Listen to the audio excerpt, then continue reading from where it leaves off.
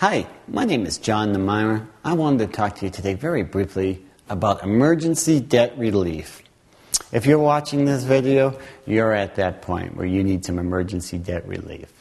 There are a couple different companies out there. Get online and take a look at some debt relief solutions. There are companies that can help you take all your bills and put them together.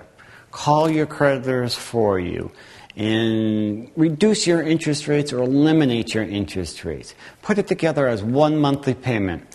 Most of these services do not charge anything. They're nonprofits.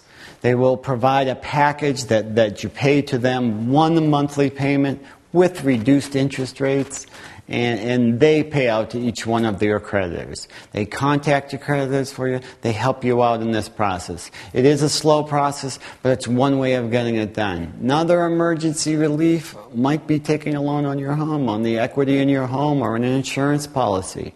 A lower interest rate that way.